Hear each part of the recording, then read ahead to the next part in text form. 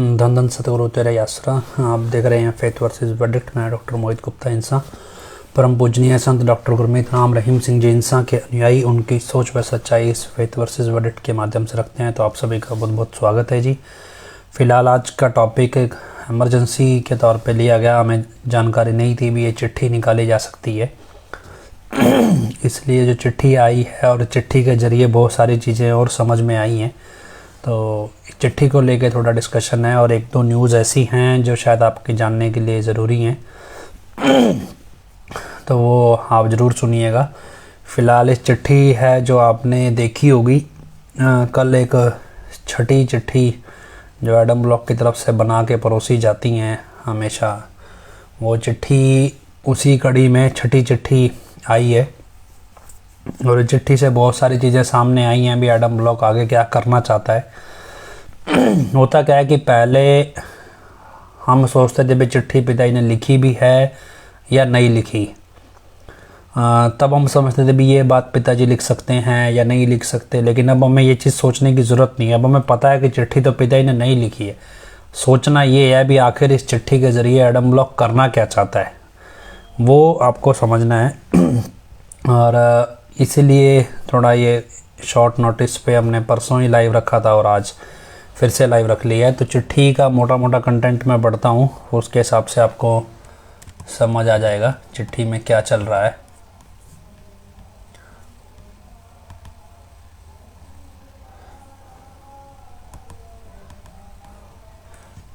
भाई चिट्ठी में जैसे यूजुअली स्पेलिंग मिस्टेक्स है, जो लिखने में गलतियाँ ग्रामर की होती हैं, स्पेलिंग मिस्टेक्स, वो तो आम ही है क्योंकि गोबीराम कौन सा कलेक्टर लगा हुआ है, अनपढ़ आदमी है, थोड़ा बहुत हैंड राइटिंग ठीक ठाक है उसकी, सिर्फ उसके अलावा तो उसके पल्ले कुछ है ही नहीं।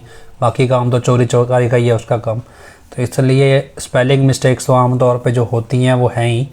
फिर भी कुछ चीज़ें आपको समझनी है। पहली ये कि पहली चिट्ठी मई 2020 7 मई 2020 में लिखी गई थी और जून जुलाई अगस्त सितंबर लगभग सवा साल 16 महीने हो गए हैं उस चिट्ठी को लिखे हुए।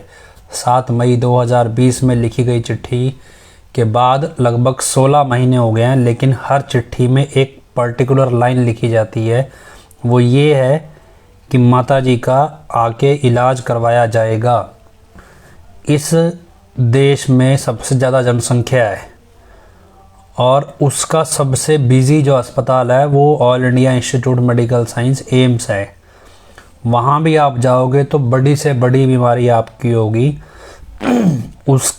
उसकी भी तारीख आपको इलाज की, ऑपरेशन की कुछ ना कुछ मिल ही जाएगी 4 महीने में 6 महीने में। ये ऐसी कौन सी बीमारी है जो 16 महीने से चले जा रही है और कोई पूछ ही नहीं रहा है माताजी को भी ये आपको दवाई लेनी है नहीं लेनी। पिताजी को रिमाइंड कराना पड़ रहा है, हालांकि चलो इसको ऐसे ना लेंगे, अभी चिट्ठी के जरिए रिमाइंड कराना पड़ रहा है। ऐसी कौन सी बीमारी जो 16 महीने से ठीक ही नहीं हो रही है। कोई छोटी से छोटी, अगर आपको बुखार भी रहने लगे ना और 1 महीना बुखार रह जाए तो वही बहुत बड़ी बीमारी बन जाती है। ऐसा कौन सी बीमारी है जिसका इलाज करवाया नहीं जा रहा और बार बार ये घोषणा की जा रही है कि हम आके इलाज कराएंगे, आके इलाज कराएंगे, आके इलाज कराएंगे। ये मसला कुछ नहीं है। वो एक बुज़ुर्ग लेडी हैं, काफ़ी उम्र उनकी हो चुकी है। ऑब्वियसली वो अपने परिवार पे, अपने पारिवारिक सदस्यों पे डिपेंडेड है, अपनी मर्ज़ी से ये नहीं है भी अकेले कहीं भी आ जा सकती हैं। तो वो बुज़ुर्ग हैं और उम्र के हिसाब से छोटी मोटी शरीर में तकलीफ़ आती भी रहती हैं, लेकिन ये सिर्फ इसलिए किया जाता है ताकि माताजी को इसमें लूप में रखा जाए। माताजी से कोई मिले तो ये कह सकें भी हाँ जी चिट्ठी आई है, माताजी उसमें हाँ भर दें।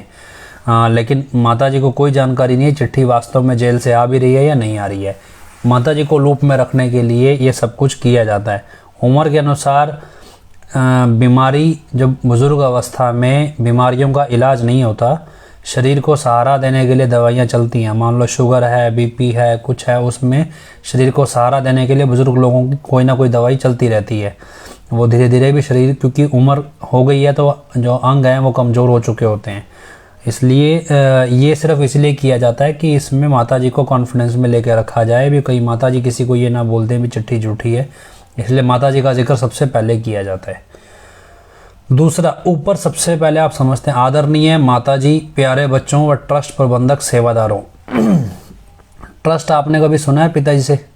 भी ट्रस्ट, कभी ट्रस्ट नाम का शब्द भी, ट्रस्ट क्या है, ये हर चिट्ठी में जिक्र किया जाता है, ट्रस्ट ट्रस्ट ट्रस्ट ट्रस्ट भी, ट्रस्ट प्रबंधक। दरअसल ट्रस्ट प्रबंधक और मैनेजमेंट को अलग अलग दिखाया जाता है। ट्रस्ट अलग, सेवादार अलग, मैनेजमेंट अलग, क्योंकि क्या कानूनी तौर पे तो विपासना डेरे की प्रबंधक है, वो ट्रस्ट की प्रबंधक है, लेकिन मैनेजमेंट कमेटी तो हनीप्रीत चला रही है, इसलिए ये अलग अलग दिखाया जाता है। उसके बाद आपने कभी सुना हो, जब भी पिताजी साथ संगत में स्टेज पे आते हैं, कभी भी उसमें शाही परिवार भी बैठा होता है, उसमें माता जी भी बैठे होते हैं, संगत भी बैठी होती है, अफसर हो, मंत्री हो, कोई भी हो, क्या संबोधन होता है पिताजी का? सतगुरु की प्यारी साध संगत जी, उसमें सारे ही आ गए। ये थोड़ी होता है अभी माता जी अलग, परिवार अलग, बच्चे अलग, सीधा क्या होता है? सतगुरु की प्यारी साध संगत जी, यही सेंटेंस होता है सिर्फ एक। सबको साझा संबोधन किया जाता है। जब ये चिट्ठी संगत को लिखी जा रही है तो इसमें संबोधन अलग अलग क्यों है? असल में ये ऐसा झूठ है जो एडम ब्लॉक बोल तो चुका, लेकिन अब उसे पुका नहीं पा रहा, मतलब पका नहीं पा रहा है। अब इसे करें क्या? तो इसको छुपाने के लिए हर बार नया नया झूठ चलाया जा रहा है।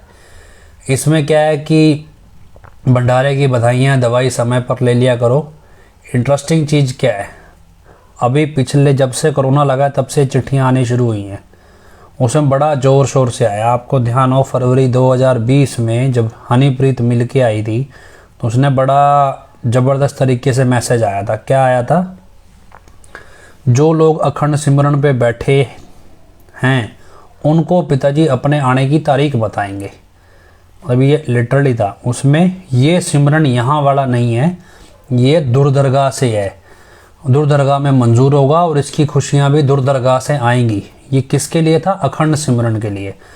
अभी क्या है, मतलब ये आपको दोबारा मैं बताऊं, पहला कि जो अखंड सिमरन करेगा पिताजी अपने आने की तारीख उसको बताएंगे, और दूसरा क्या घोषणा थी भी, ये सिमरन यहाँ वाला नहीं है, ये दुर्दरगाह का है और इसकी खुशियाँ भी दुर्दरगाह से आएंगी।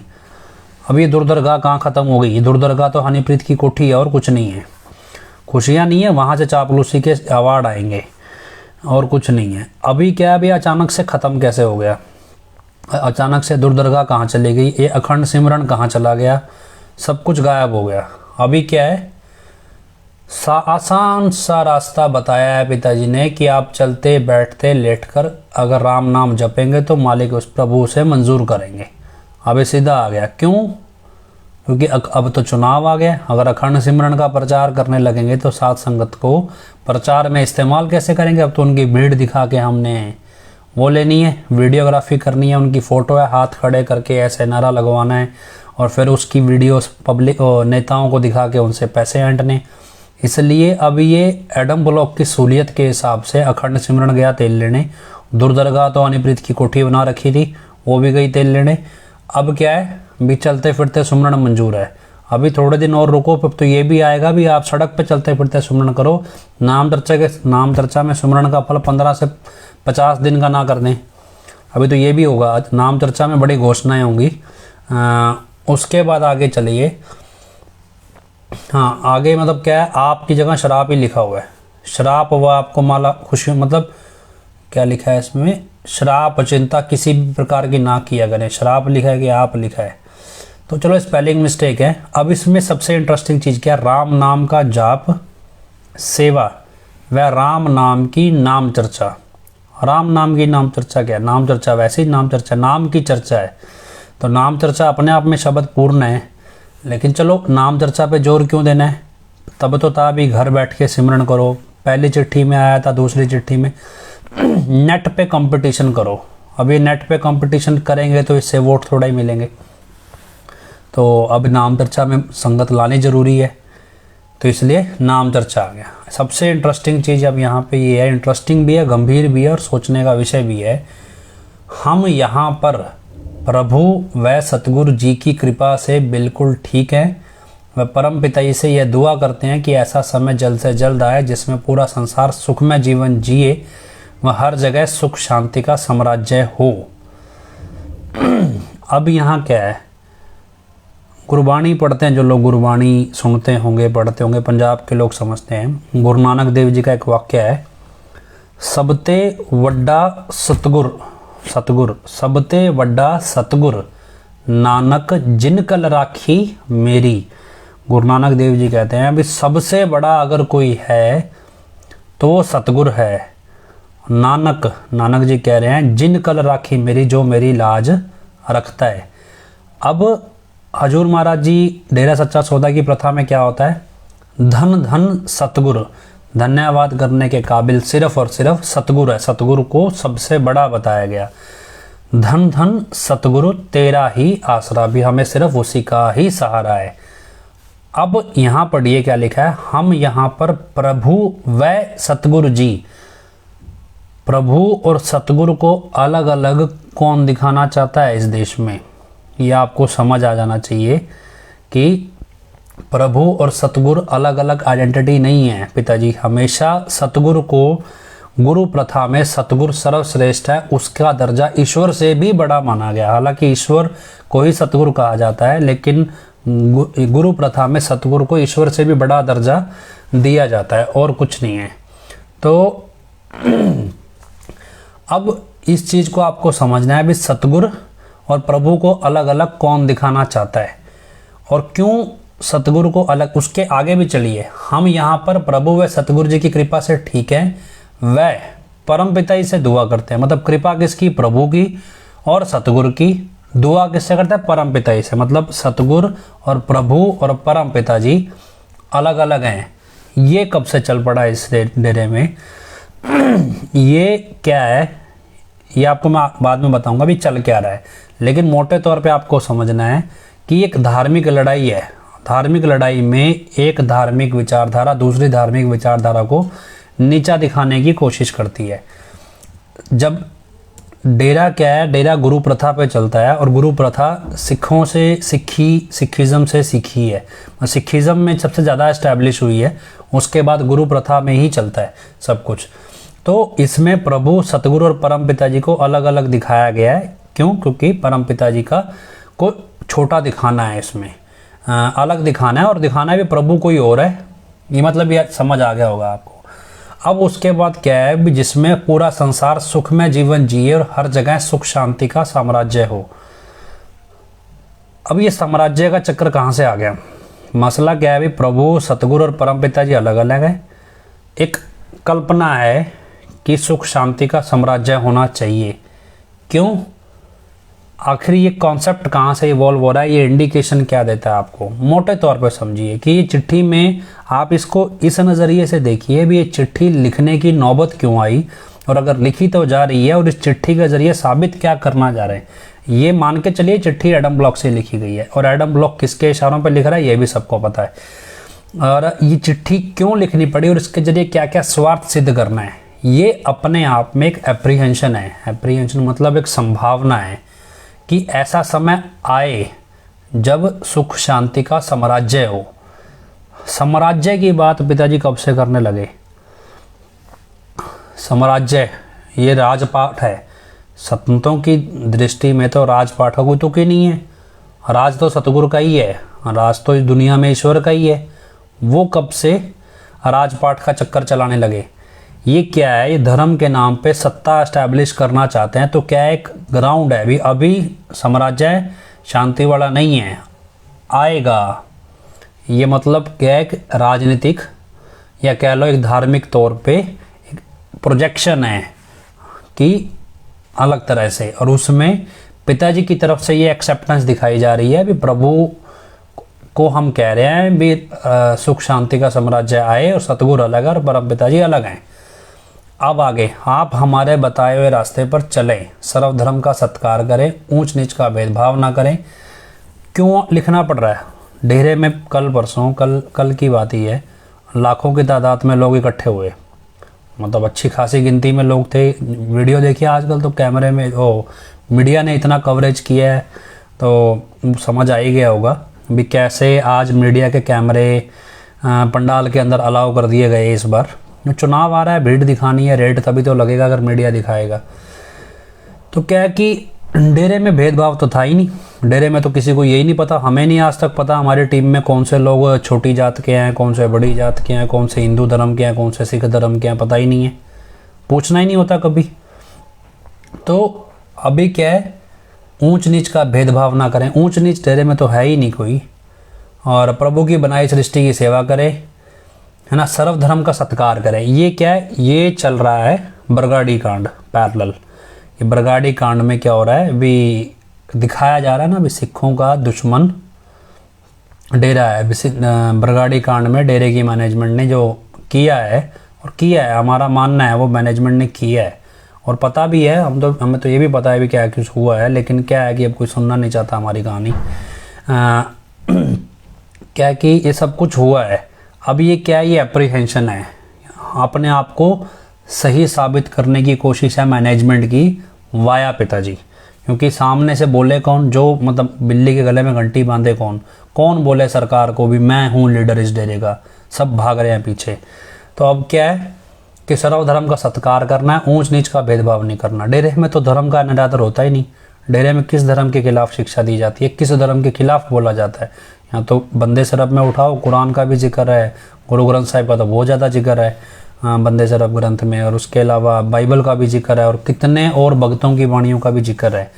लेकिन क्या है कि अब अपने आप को सही दिखाना है, किसमें, बरगाड़ी कांड में। तो ये एक ग्राउंड बनाना की कोशिश की गई है।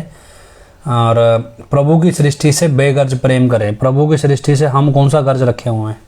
सच्चे सौदे में साथ संगत कभी किसी गर्ज के आधार पर सेवा करती है? पंजाब में बाढ़ आने लगी, नदी का बांध बांधना था, बांध दिया, गर्ज था उसमें किसी का? सृष्टि का गर्ज क्या है? कोई गर्ज नहीं है। अब आगे चलिए,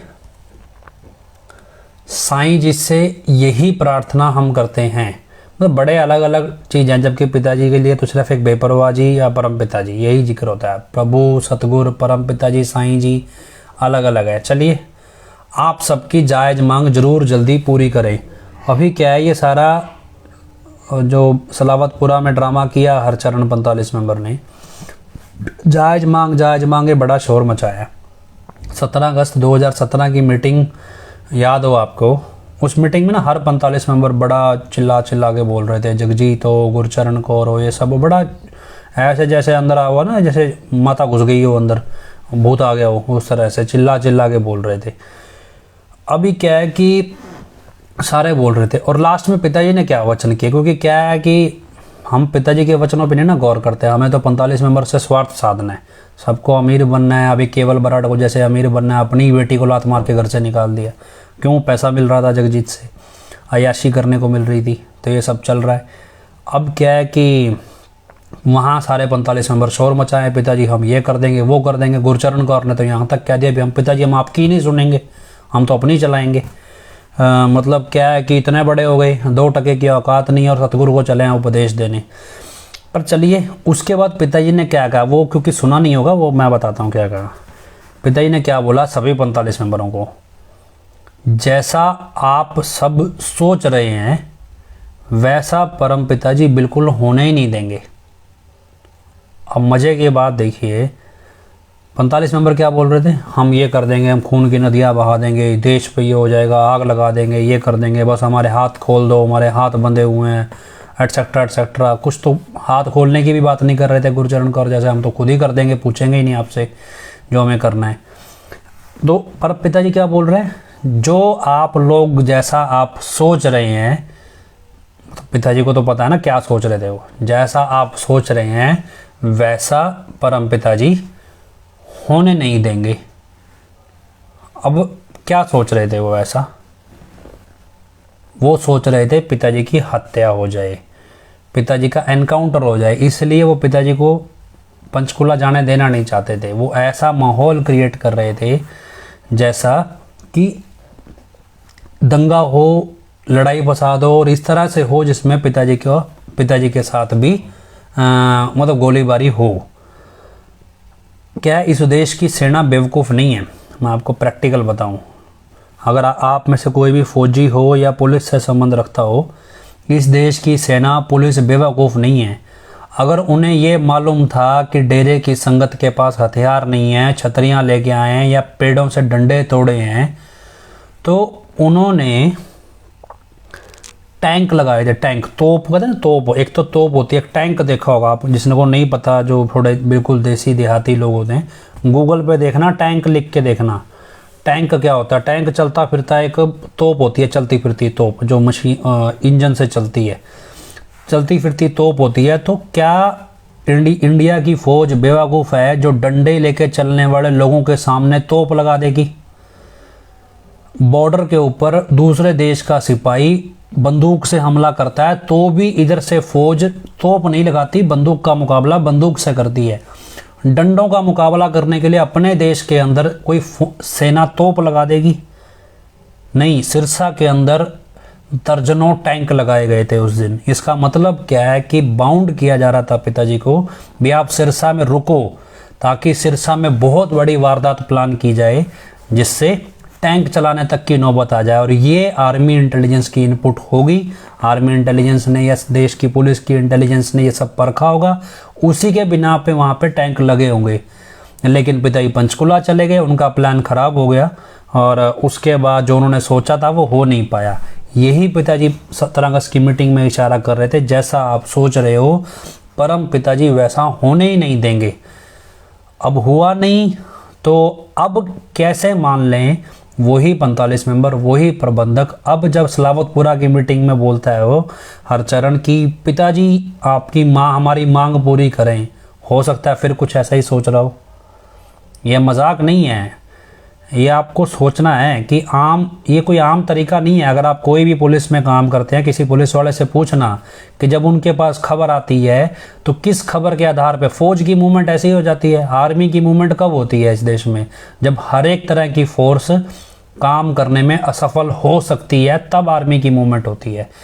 तो इस आर्मी की, इसका मतलब क्या है? कितनी बड़ी वारदात सिरसा में प्लान की गई होगी उस दिन, और 24 तारीख को अगर पिताजी पंचकुला जाने की घोषणा ना करते तो क्यों मैनेजमेंट बार बार ये जोर दे रही थी भी सिरसा में ही रुको, सिरसा में रुको, और पिताजी क्यों ये कह रहे थे जो आप सोच रहे हो वैसा होगा ही नहीं।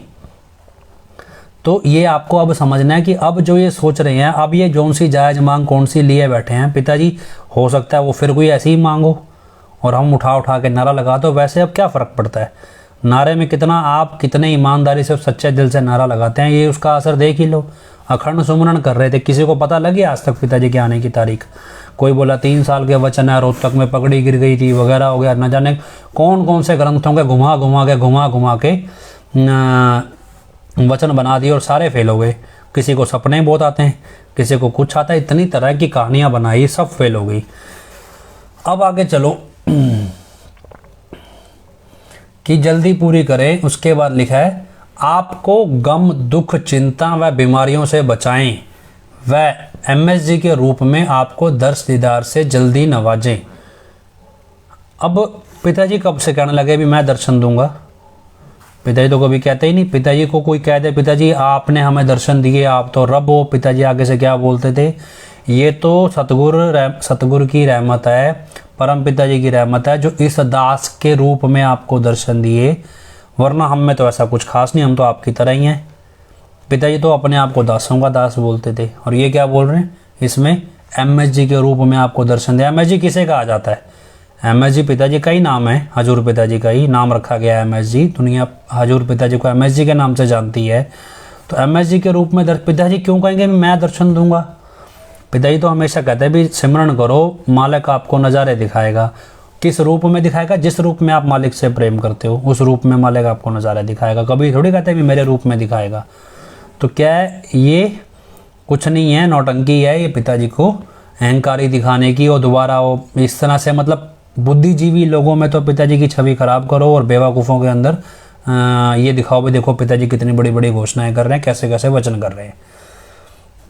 उसके बाद हमारा ध्यान गुरु रूप में हमारे हर एक बच्चे में हमेशा रहता है। हमारे करोड़ों बच्चों से हम बेहद रूहानी प्यार व संभाल करते हैं। वह हर एक बच्चे के लिए परमपिता परमात्मा से दोनों जहां की खुशियां मांगते रहते हैं। भंडारे की बहुत बहुत खुशियां व सबको आशीर्वाद। दासन दास। अब इसमें 2 बार करोड़ों बच्चों का जिक्र है, ये बार बार गिनती दिखाते हैं। तो करोड़ों बच्चों का जिक्र है, इतने बच्चों का क्या है, ये गिनती है, कुछ ना, सारा कुछ चुनाव का खेल है। चुनाव में ये पूरी चिट्ठी अपने आप में चुनाव में इस्तेमाल करना है।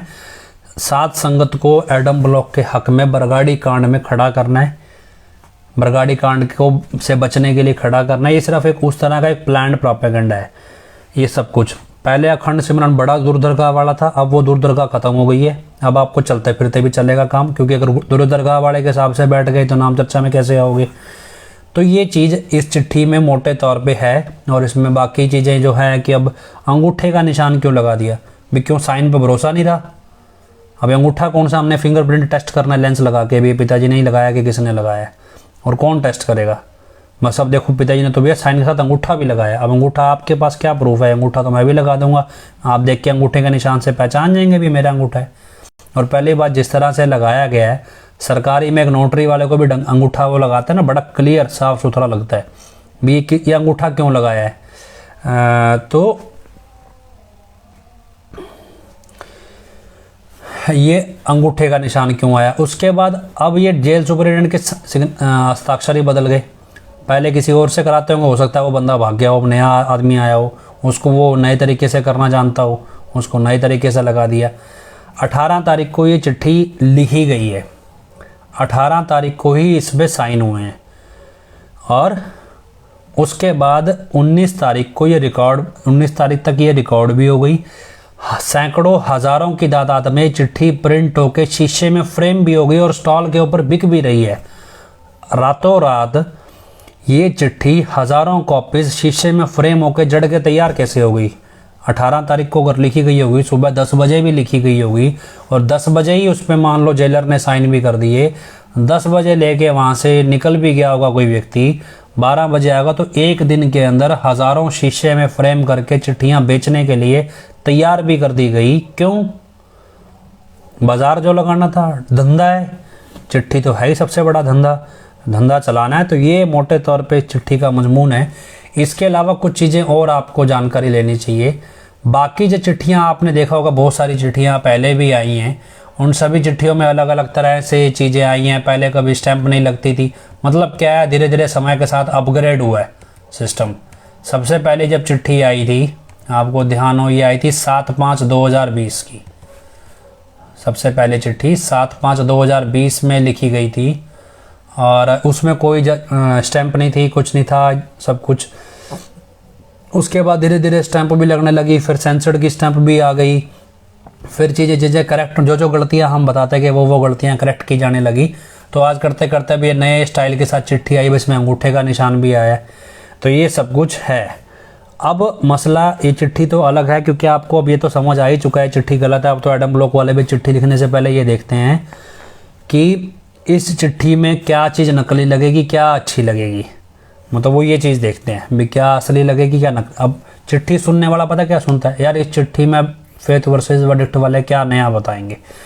चलिए ये चलता है। अब एक न्यूज़ है, मैंने फेसबुक पे कुदरती लाइव से 10 मिनट पहले ही देखी है।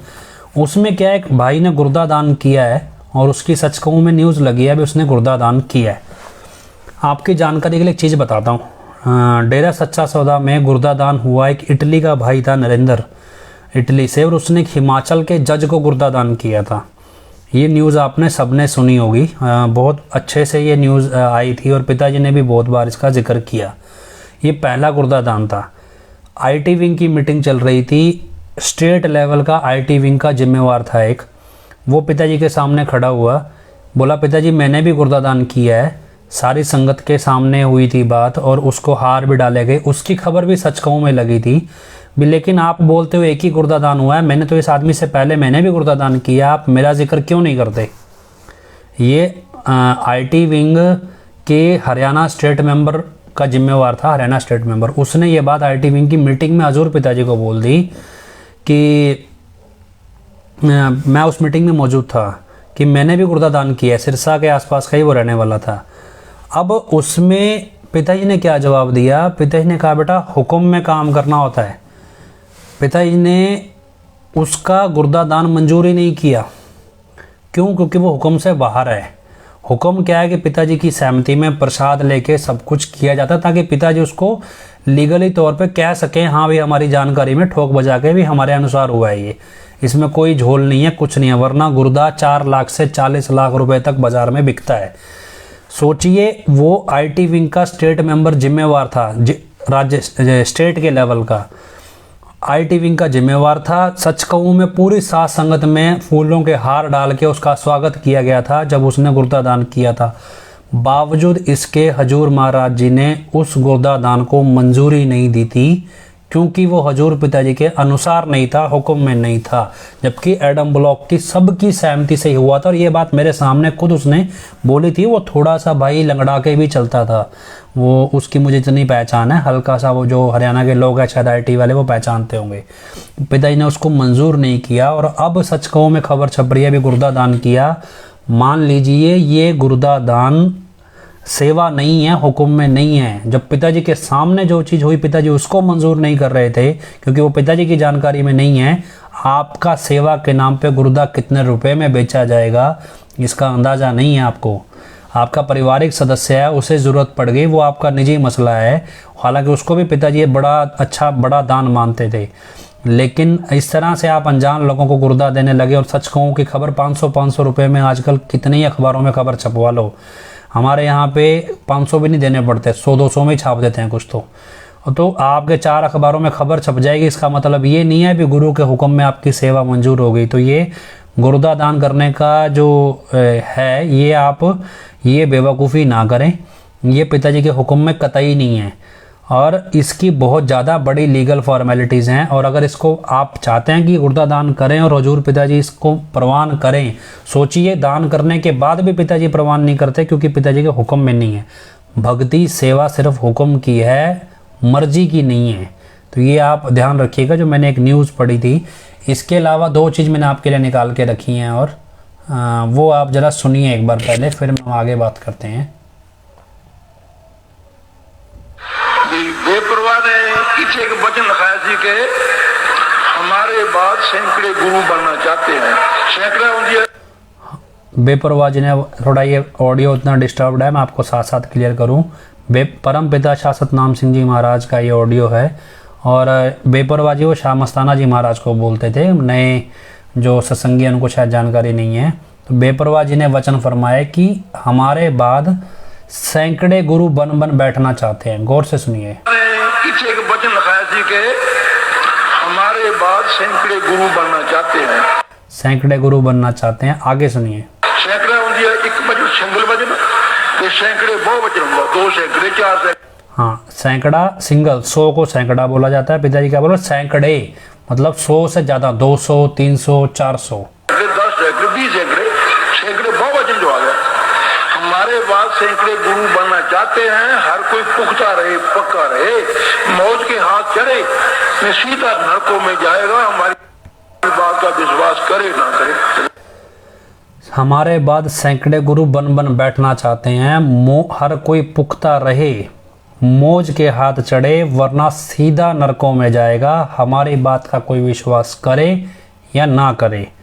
खुले तौर पे परमपिता ये वचन कर रहे हैं। 1987 का ये ऑडियो है, और तब के वचन है। की समझाया सानू मौसी जब देखा शराब मार के सानू बंदे मेरे ख्याल देखो कोई बस दस भी निकल जान। अब 1987 में ये हवा में तो सुनाई नहीं जा रही, किनको सुनाया जा रहा था ये सब कुछ? ये वहाँ बैठे लोगों में। गुरु बनने की लालसा कौन रखता है? जितना कोई नज़दीक चाहता रहता है हजूर पिताजी के या संतों के, वो उसको लगता है मैं ही गुरु बन जाऊं, जो नज़दीक से देखता है समझता है। सैकड़े गुरु मतलब 100 200 300 400 इतने लोग गुरु बन बन बैठना चाहते हैं। ये परम पिताजी कह रहे हैं। कब? 1987 में। तब हमारा जन्म भी नहीं हुआ था जब का ये ऑडियो है, मेरा तो नहीं हुआ था एटलीस्ट, तब का ये ऑडियो है। और उसमें किसको कहा जा रहा है? उस समय के जिम्मेवारों को। कौन थे वो जिम्मेवार? 5। खट्टा सिंह, धर्म सिंह, मोहनलाल मोहन सिंह, सुखदेव सिंह दीवाना और धर्म सिंह, ये 5 जिम्मेवार थे। इसके अलावा जो जो वहाँ सेवा समिति में थे, जो भी थे वो सारे। आगे पिताजी क्या बोल रहे हैं जरा गौर से सुनो। हमें तो एक भी नहीं मिला जो इन वचनों को मानता हो। सुनिए। समझाया सानू ਅਸੀਂ ਜਦ ਵੇਖਿਆ ਇਸ਼ਾਰਾ ਮਾਰ ਕੇ ਸਾਨੂੰ ਬੰਦੇ ਮੇਰੇ ਖਿਆਲ ਦੇਖੋ ਕੋਈ ਬਸ 10 ਵੀ ਨਿਕਲ ਜਾਣ ਜਿਨ੍ਹਾਂ ਨੇ ਇਸ ਗੱਲ ਤੇ ਅਮਲ ਕੀਤਾ ਉਹਦੀ ਕੀ ਨਿਕਲਿਆ। कहते हैं भी हमने तो निगाह मार के देखा, हमें बंदा ही नहीं मिला कि 10-20 निकल जाएं जिन्होंने इस वचन पे अमल किया हो। ओपन कह रहे हैं ना पिताजी। हालांकि काफी बेपरवाही शहनशाह दी शहर सारा सीगा होर आसे पासे भी सानू बहुत आशक पर हुण सानू नजर कोई दिया भी जिन्होंने वो वचन ते अमल किया। कहते सैकड़ों हजारों संगत थी, सब कुछ था, इतनी संगत थी, लेकिन हमें कोई नजर नहीं आया जिसने इस वचन पे अमल किया हो।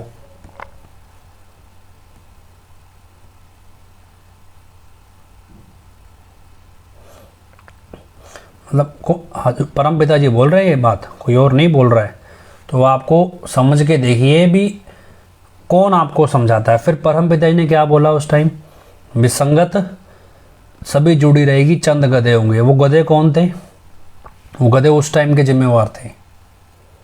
तो आपको उनके नाम बताए ना, ये 5 जिम्मेवार थे गिनती के। 5 में से एक बागी हो गया, बाकी 4 बचे, एक गुजर गया, 3 अभी भी बैठे हैं अंदर ही। तो क्या है, इन तीनों के ऊपर कभी कोई आंच नहीं आएगी क्योंकि इन तीनों के हिसाब से सारा सिस्टम चलता है। पर किसी ने दसिया नहीं मस्ताना जी कौन करते जी की ओदा कर रहे हैं। आवे को सामने गल करे कि मैं पुछाने मजर मने कोई आ जाए जेड़ा है। क्या बोल रहे हैं पिताजी? कोई हमारे सामने आ जाए जिसने वचन माने हो। अब ये प्रबंधक जो परम पिताजी के टाइम पे हैं, गुरचरण कौर, जगजीत वगैरह, ये ABCD, हाकम सिंह, ये गुजोरा सिंह, ये सब उसी टाइम के ही हैं। ये सारे हम तो पैदा ही नहीं हुए थे। उन लोगों को क्या कहा जा रहा है कि परम पिताजी कह रहे हैं कोई हमारे सामने आए जिसने ये वचन माने हो, कोई भी एक भी। जिन्हें मानना सी कह रहे यहाँ भी तय मने जिन्हें मने हुआ शिफर तो थोड़ा है। सिफर मतलब 0 को बोलते हैं पंजाबी में। भी एक भी बंदा, सिफर एक भी बंदा सामने आए जो ये कहे हमने वचन माने। कौन? परम पिताजी खुद बोल रहे हैं। अब जो अपने आप को परम पिताजी के बड़े बड़े भक्त होने का दावा कर रहे हैं, हम उस टाइम पे ऐसे थे, हमें पता है डेरा कैसे चलता है, उनको क्या बोल रहे हैं? शून्य, 0। एक भी बंदा ऐसा नहीं है जो मस्ताना जी महाराज के वचन मान रहा हो। ये ओपन तौर पे को हम नहीं कह रहे, परम पिताजी स्वयं कह रहे हैं। गौर से सुनिएगा। जिन्हें मानना सी कह रहे यहाँ भी तय मने जिन्हें मने हुआ शिफर तो थोड़ा है मस्ताना तो नाम का दर है, कर है। थोड़ा तो जिंदगी पर पोता नहीं खेलना चाहिए साडा दर जद्दी हुई है तो तुसी दर वसदा रसदा बेपरवाह ने कहा अब तो मस्तानी सामने शाम मौज काम करती है, रुपए में 4 आने काम कर रही है। अब मस्ताना नहीं काम करता, अब बाबा सामने शाही मौजाद करती है, मौज काम करती है 4 आने। और आगे बाबा आगे मस्ताना जी काम करेंगे रुपये में 14 आने, पूरा रुपया 12 ने और रुपया करेंगे। क्या देखो कितनी बड़ी बात है। अभी आप उस चिट्ठी से भी कंपेयर करना कि मस्ताना जी महाराज कहते हैं भी सावन शाही मौज काम करती है, रुपए में 4 आने। आगे मस्तानी मौज काम करेगी, रुपए में 14 आने। अब यहाँ ये प्रभु अलग ही बनाए खड़े हैं। सतगुरु राम कौन है, अलग ही है, जबकि पिताजी किसको ये सिर्फ और सिर्फ हजूर पिताजी के मस्तानी मौज काम करती है। पिताजी कहते हैं मस्ताना जी शाह सतनाम जी एक ही रूप हैं, लेकिन ये क्या है, अलग अलग बनाने पे तुले हैं। मैंने शायद ना सुना भी कट पुराने ने सबने सुने। किसने विश्वास आया, किसने विश्वास किया, किसने विश्वास के फुल चलाए शिफर दे बस कीता की जावे। क्या बोल रहे हैं? किसने विश्वास किया, किसने सच माना? 0, 0 एक ने भी नहीं मानी मस्ताना जी महाराज की बात को सच। ये 1987 में बोला जा रहा है। अब परम पिताजी ने ये तो नहीं कहा था अभी 2021 में मोहित लाइव करेगा तब उसको ये सुना देना भी तेरे लिए बोला गया था। ये तो 1987 में जो संगत बैठी होगी सामने उन्हीं को बोला जा रहा है। उसमें कौन बैठते थे? यही लोग थे सारे जो आज प्रबंधक बने बैठे हैं। बड़ी शक्ति हुई है मस्ताना जी कहना जिस वे कबीर आया ना माद लोग आकर मची ते माले कबीर पे जाके रूहां समझा जा काले बड़ा आकर विचार किया कहते बस जो चले ना कबीर जी नाम देश वाले जी और समझाने वाले 40 की नकली बना के काल ने भेजे। तो तुम कौन हो क्या जी कबीर? कबीरदास जी जब आए तब काल ने 40 नकली कबीर बना के भेज दिए। हाँ, बाकी समझ तो सबको आसानी से आ ही रहा है, लेकिन थोड़ा ऑडियो ऐसा है, कई बार कुछ हिंदी भाषी लोग हैं उनको उतना समझ नहीं आता, ऑडियो डिस्टर्ब्ड है, इसलिए मैं रिपीट कर रहा हूँ भी। जब कबीरदास जी के टाइम पे तो कलयुग यौवन पे नहीं था, तब भी 40 कबीर नकली आए थे। आज तो अब मस्ताना जी महाराज बोल रहे हैं सैकड़े गुरु बन बन बैठना चाहते हैं। सैकड़े कितने हैं? 100, 200, 500 फेथ वर्सेस तो मैं एक ही बोल रहा हूँ ना। सैकड़े तो 45 मेंबर हैं, सैकड़े प्रबंधक बने हुए हैं, ये सब गुरु बन बन बैठना चाहते हैं। सैकड़े हैं, गुरु की बात तो कोई करता ही नहीं। सच मैनेजमेंट कमेटी ये, मैनेजमेंट कमेटी वो, हनीप्रीत ये, हनीप्रीत वो, राकेश भाई जी, फलाना ताई जी, क्या क्या नहीं चला रखा। सतगुरु से प्रेम की बात करनी ही नहीं है। अब ये चीज़ है, ये आपको मोटे तौर पे, चलो फाइनली कंक्लूड करते हैं। अभी क्या है कि बहुत से लोग पूछते हैं, कल भी कुछ लोग, कल बहुत सारे अलग अलग जगहों से लोग आए थे, राजस्थान के भी थे, पंजाब से, दिल्ली से, यूपी के थे कुछ, तो सारे काफ़ी लोग आए, कल टाइम रखा हुआ था मिलने का। सबसे बात ये, और एक ही बात सबसे एक जैसी ही हुई थी लगभग। वो बात ये हुई कि पिताजी कहते हैं ये मालकों का झगड़ा है। मालकों मतलब आप को भी हाथी और चूहे की लड़ाई करा दो तो हाथी तो पैर के नीचे चूहे को दबा लेगा। हजूर पिताजी क्या बोलते, देखो प्रेमिया ने लुट लिया रब नू, काल नू करता जुत्ती थल्ले। ये भजन बोलते ना रूबरू नाइट में, बल्ले बल्ले जी होगी बल्ले बल्ले, प्रेमिया ने लुट लिया रब नू, काल नू करता जुत्ती थल्ले। कोई भी गुरु पीर फकीर धरती पे आए आज तक, किसी ने भी सामने से काल को चुनौती नहीं दी अपनी वाणी में, किसी ने भी, हजूर पिताजी के अलावा किसी ने भी काल को सामने से चुनौती नहीं दी। परम पिताजी की वाणी में भी काल को चुनौती नहीं दी गई इस तरह से, लेकिन हजूर पिताजी ने सरेआम चुनौती दी है काल को। लड़ाई किसकी है? बुराई और अच्छाई की। बुराई का प्रतीक काल है और अच्छाई का प्रतीक दयाल है। अब अच्छाई मान लीजिए अब हाथी और बुराई मान लीजिए चूहा। पिताजी तो कहते हैं भी प्रेमी शिष्य जो संगत है वही काल को जुत्ती के नीचे कर लेगी, वही सतगुरु तो बहुत बड़ी चीज़ है। तो लड़ाई तो मालकों में है। अब बुराई जब हथियार चलती है तो बुराई के तौर तरीके हैं। बुराई के तौर तरीके क्या हैं? वो दयाल के हथियार नहीं होते। दयाल कौन है? सतगुरु हजूर महाराज जी खुद। हजूर महाराज जी ने, हमने किसके सामने प्रार्थना करनी है? हजूर महाराज जी के सामने। कबूल किसने करनी है? हजूर महाराज जी ने। हजूर महाराज जी के सामने प्रार्थना करनी है, उन्होंने ही कबूल करनी है। उन्होंने ही हमारे को एक अरदास लिख के दे दी भी ये वाली अरदास लगाना, ये मैं कबूल करूँगा। सीधी सी बात है। हमने हजूर महाराज जी को भगवान मान लिया, भगवान से बढ़ के मान लिया। उन्हें, उनके सामने हमने अरदास लगानी है, उन्हीं से प्रार्थना करनी है और कबूल भी उन्होंने ही करनी है। उन्होंने हमें अरदास लिख के दी बकायदा पूरी किताब में, ये अरदास बोलना ये मैं कबूल करूँगा। बुराई का हथियार काल क्या है? राजा महाराजाओं के सिर में घुस के बैठ जाता है। जो भी राज करना चाहता है उसके सिर में काल घुसता है, अगर वो वचन नहीं मानता तो क्या है कि अब काल किस में घुसता है? एक बार किसी ने हालांकि बताया, मैंने खुद नहीं सुना पिताजी से, किसी ने कहा पिताजी पहले युग था जब सीता के जरिए काल आया और रावण के रूप में, और उसके बाद ये सब कुछ हुआ। फिर द्रौपदी के अंदर काल घुसा, उसके जरिए उसने महाभारत रचवा दी, ये सब कुछ हुआ। अभी कलयुग में काल कैसे आएगा? तो हालांकि मैंने पिताजी से नहीं सुना है, लेकिन लोगों से सुने हैं जो डेरे में। तो कहते पिताजी ने बोला भी कलयुग में काल सात संगत में ही बैठ जाएगा आगे, और हमसे ही सवाल करेगा। भी कलयुग में काल सात संगत में बैठ के हमसे ही सवाल करेगा। तो आज काल क्या करता है? उसका क्या टारगेट है? सिर्फ और सिर्फ भी सतगुरु की बनाई अरदास कोई बोल ही ना सके। तो किसके अंदर घुस के बैठा है? प्रबंधकों के अंदर, भंगीदास के अंदर, सबके अंदर कि भैया पिताजी वाली अरदास नहीं लगानी। क्यों? मंजूर तो पिताजी नहीं करनी है, ये काल तो जानता है ना। तो क्या सबसे पहले एडम लॉक के दिमाग में घुसता है भैया किसी की बनाई, पिताजी की बनाई अरदास को आपने बोलना नहीं है। तो सबसे पहले डेरे के अंदर पिताजी के बनाई अरदास को बंद करा दिया गया। दूसरा, पिताजी डेरे में वापस आए ये प्रार्थना करते हुए सात संगत से कभी नारा नहीं लगवाना। ये काल के हथियार है ना। अभी एक ब्रह्मिकल आया, बड़ा परेशान अवस्था में आया, सिमरन करने वाले होंगे, बड़ा परेशान था। मेरे को बोला, कहता जी मैंने तो आज बड़ा भयंकर दृश्य देखा। बोला क्या देखा? बोला मैंने आज संगत के अंदर काल को नाचते देखा। बोला मतलब सोची, हालांकि मुझे नहीं पता उसने देखा या नहीं देखा, लेकिन जैसा उसने कहा, जैसा उसका एक्सप्रेशन था, वो परेशान हो गया और पहली बार ही आया मेरे पास। कोई ऐसा नहीं कि पहले हम उसे जानते थे। बोला जी मैंने संगत के अंदर काल को नाचते देखा। मतलब मैं बड़ा घबरा गया। अभी संगत में काल तो पिताजी ने डेरे के बाहर संगल से बांध के बिठाया, तो डेरे के अंदर संगत के अंदर कैसे नाच रहा है? तो कहता भी मुझे तो दिखाई दिया जी, मैं बड़ा परेशान, मैं तो भाग लिया वहाँ से। तो क्या है कि इस चीज़ को आपको समझना पड़ेगा कि ये लड़ाई पिताजी की और काल की है। हम सब मोरे हैं। सतगुरु के शिष्य के पास वचनों का हथियार है, वचनों में बंधना, वचनों में रहना।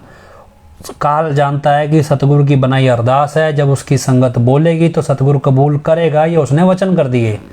लेकिन इसलिए वो ऐसा खेल रचता है कि कोई अरदास बोले ही ना, इसलिए उसने क्या, हे एमएस जी, हमारे एमएस जी क्या ऊट पतांग बना रखा है। और क्यों बनाया? क्योंकि वो बोलने नहीं देता। दूसरा क्या है, ये तो है आध्यात्मिक तौर पे आप समझे। तो उसके बाद दूसरा स्टेप क्या है? दूसरा ये कि अगर दुनियादारी में आप जाओगे तो बड़े सारे रिद्धि सिद्धि के मालक मिलते हैं। अगर आप ऋषिकेश या हरिद्वार से ऊपर पहाड़ों में चढ़ोगे तो आपको मिलेंगे उनके ऐसी ऐसी जगहों पे आश्रम मिलेंगे जहाँ पे आसपास आबादी ही नहीं है और पता नहीं कितने फॉरेनर्स आके वहाँ तपस्याएं करते हैं।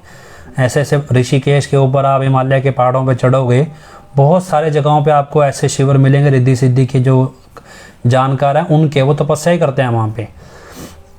कभी कोई भी आपको लगता है आपके आसपास के इलाके में रिद्धि सिद्धि का कोई खास जानकार है, थोड़ा बहुत भी, उसी को आप पिताजी की तस्वीर दिखाना और पूछना भी यार ये शख्स कौन है, वो आपको बताएगा भी क्या शख्स है।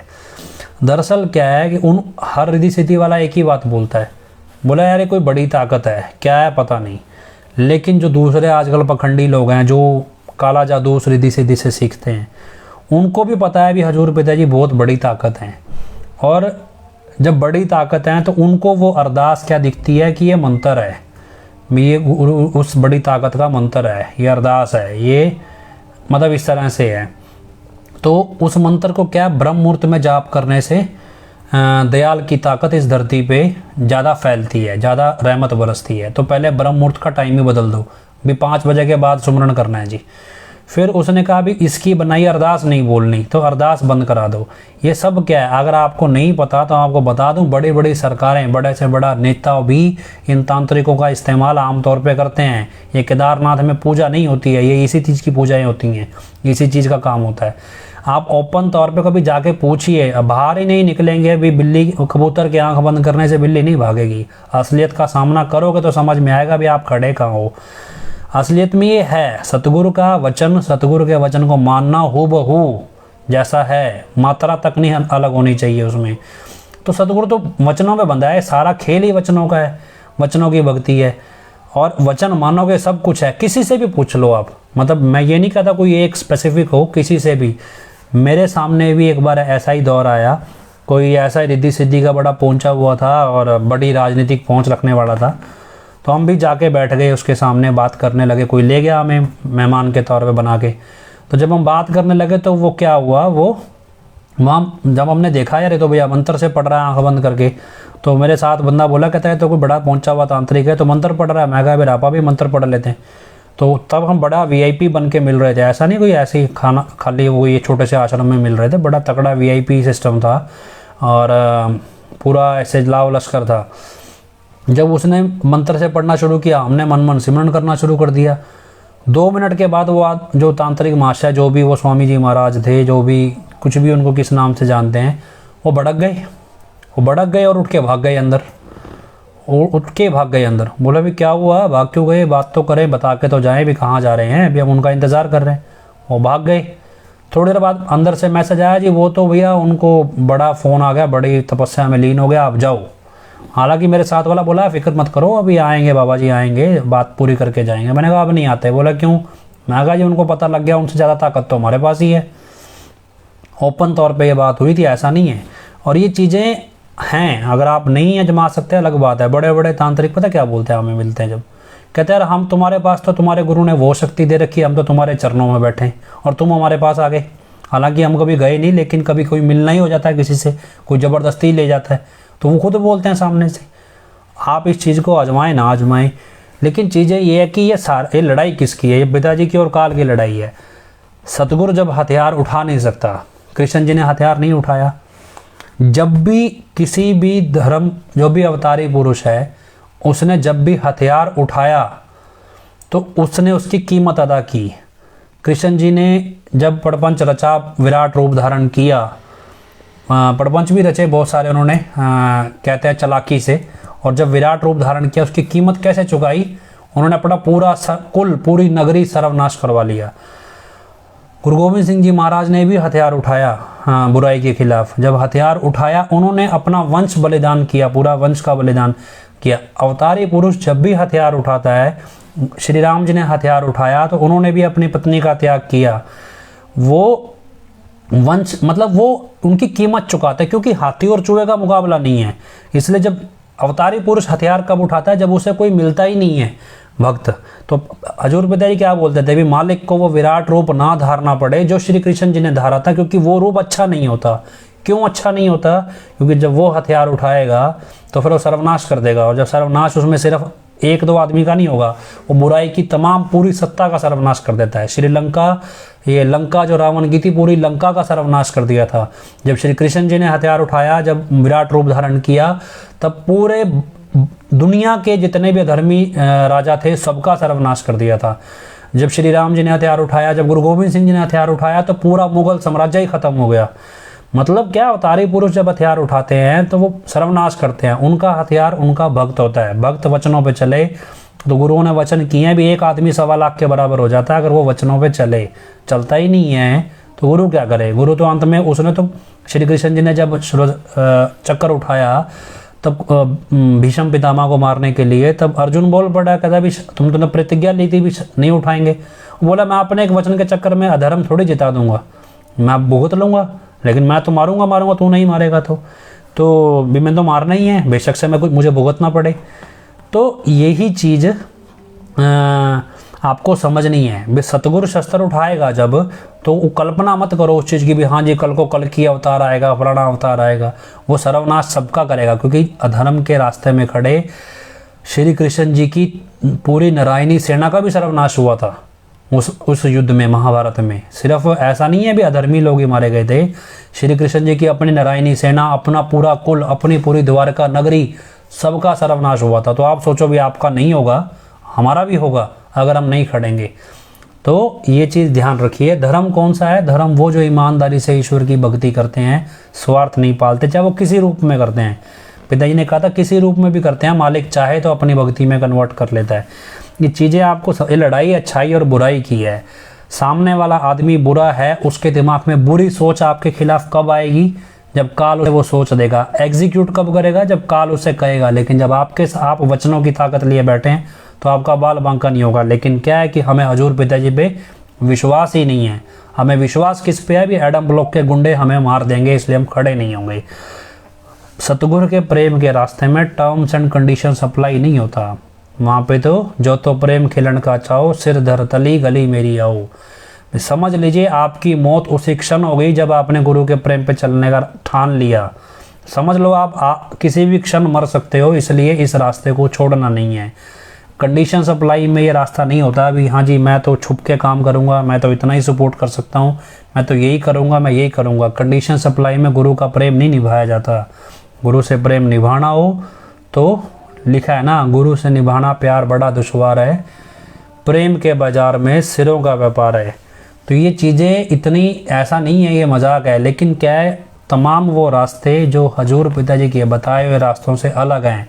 चाहे नकली अरदास हो, सिमरन करने का समय बदल दो, सिमरन करने के तरीके बदल दो, इन सब चीज़ों से हम असल में काल के हथियारों को मजबूत कर रहे हैं। कल्पना करके देखिए, आपका घर में छोटा सा बच्चा है या बड़ा बच्चा, पिताजी के मुकाबले तो हम छोटे ही हैं, बहुत छोटे हैं। पिताजी कहते हैं संतों के लिए तो बच्चा हमेशा रुड़ने वाला ही होता है। आपका बच्चा आपको अपने घर के कमरे में कैद कर दे, सूखे रोट बासी सब्जी आपको खाने को दे, और बाहर आपके सारे रिश्तेदारों को इकट्ठा कर ले, सारे आपके जितने करीबी हैं, आपके चाहने वाले, सबको इकट्ठा करे और ढोल लेके बजाए, केक काटे, भंगड़े डाले भी आज मेरे बाप का जन्मदिन है, तो अंदर बैठा है बाप आपको आशीर्वाद देगा? कल्पना करके देखिए ना। वहाँ पे कोई शाही पनीर थोड़ा ही मिलता है हजूर पिताजी को, वहाँ कोई प्रोटीन डाइट थोड़ा ही मिल रही है। वहाँ तो पता नहीं कौन सा बासी कंपनी की कौन कौन से पुरानी सब्जियाँ आती होंगी, कौन कौन से बासी दालें आती होंगी। आपने तो फौज का नहीं आता था कि फ़ौज में कैसे दाल के शेक मिलते हैं, दाल कम और पानी ज़्यादा, तो सोचो कैदियों को क्या मिलता होगा। भी आपके बाप जेल में बंद, सूखे रोट मिल रहे हैं वहाँ पे, बासी सब्जियाँ मिल रही हैं, आप क्या कर रहे हैं, उनके सारे चाहने वालों को इकट्ठा करके ढोल बजा के नाच रहे, मेरे बाप का जन्मदिन है, बाप आशीर्वाद देगा कि गालियाँ देगा। शुक्र मनाओ कि वो संत है जो किसी का बुरा नहीं चाहता। नहीं, बद्दुआ तो एक आम आदमी की भी लग जाती है, वो तो संत है जो बद्दुआ देता नहीं है, वरना एक बार हाथ खींच लिया ना अंदाजा ही नहीं है भी क्या क्या होगा। लेकिन मसला है कि पिताजी वाली तो सुननी ही नहीं, माननी तो अपनी है, चलानी अपनी है। तो सोचना आपको है भी हम किस दिशा में जा रहे हैं। सच्चा दोस्त मित्र वही जो आपके और गुरु के बीच की दूरी को कम करे, बढ़ाए नहीं। जो गुरु की बात पे चलने को कहे, मिलके चलें, साथ चलें। गुरु मनाना है, ऐसी तैसी कराए हनीप्रीत, ऐसी तैसी कराए शाही परिवार। गुरु मनाना है तो गुरु ही मनाना है, उसके परिवार को मना के हमने ठेका नहीं लिया किसी को मनाने का। सारी दुनिया एक पास से और सतगुरु प्यारा एक पास से। वो सारी दुनिया में परिवार भी है, हनीप्रीत भी है, एडम ब्लॉक भी है और सारे चहीते हैं। सतगुरु एक तरफ अकेला ही है, उस अकेले की भीड़ नहीं है, उस अकेले की कोई टीम नहीं है। हाँ, तो मसला क्या है कि अपनी सोच को जिंदा रखो। सच्ची सोच है, अच्छी सोच है, भावना, लेकिन ध्यान रखना वचनों की भक्ति है, वचनों के अलावा कोई भक्ति नहीं है। वचन से बाहर आप सोने की ईंट, पिताजी ने बोला था हुक्म के बिना आप सोने की ईंट लगा दो डेरे में, वो भी मंजूर नहीं है। और हुक्म में आप यहाँ आके सोते हो तो सोते जागते भी मालिक सिमरन का फल बख्शता है। तो आप हुक्म के बिना कुछ ही करे चलो, कितना ही कुछ कर लो। आज मीडिया वाले पंडाल में घुसा दिए, क्योंकि चुनाव के लिए क्या करना है, चुनाव के लिए वोट के पैसे लेने हैं संगत को दिखा दिखा के। आज वही मीडिया दसों अखबारों में खबरें हैं। क्यों? पिताजी के टाइम पे खबरें क्यों नहीं चलती? एडम ब्लॉक की जरूरत के हिसाब से खबरें चल पड़ती है। हजूर पिताजी के टाइम पे वो अनाप शनाप लिखते हैं, एडम ब्लॉक के लिए बड़ी तारीफों के पुल बांध रखे हैं मीडिया ने। भंडारा हो रहा है और आपको नहीं पता तो बताएं, बाकायदा हर एक ब्लॉक को टारगेट दिया गया था। एक ब्लॉक से 10-10 बसें फ्री में बुक कराई गई थी, बाकायदा भंडारे में संगत को लाने के लिए बाउंड किया गया था। जो लोग 4-4 साल से लोकल नाम चर्चा में भी नहीं आए, उनको भी फ्री में रोटी पानी खिला के डेरे लाया गया था कल।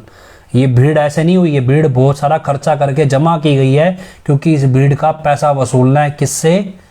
नेताओं से, प्रत्याशियों से, पंजाब के इलेक्शन में, यूपी के इलेक्शन में। तो ये चीज़ें आपको समझनी है।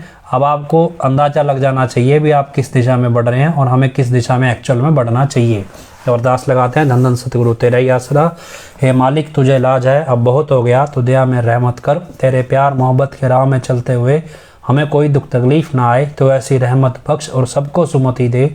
सुमति किसे कैसे देनी है ये तू सब जानता है, जिसको जैसे देनी है वैसे दे, वो तेरी मर्जी। धन धन सतगुरु तेरा ही आसरा। आप हजूर महाराज जी की अरदास बनाई पढ़ेंगे तो क्या होता है, सबके लिए सुमति मांगी जाती है, सब दुनिया का भला मांगा जाता है। एडम ब्लॉक क्या बोलता है, जिसने बेअदबी करी है उसका कख ना रहे। बुरा नहीं मांगता संत कभी किसी अरदास में। तो ये चीज़ें आपको मोटे तौर पर समझ आनी चाहिए। सबका भला, जिसका जो गलत कर रहा है उसके लिए सुमति मांगो। हमेशा पिताजी बोलते थे गलती करने वाला इंसान ही है, इंसान से ही गलती होती है, मालिक से उसके लिए सुमति मांगो। सुमति वो कैसे देना चाहता है ये मालिक पे छोड़ दो, खुद मालिक मत बनो कि उसका कख नहीं रहना चाहिए, उसका सब कुछ बर्बाद हो जाना चाहिए। किसी का बुरा मांगने वाला आदमी कभी संतों की शिक्षा का अनुसरण नहीं कर रहा होता। तो ये आप ध्यान रखें। धन धन सतगुरु तेरा ही आसरा।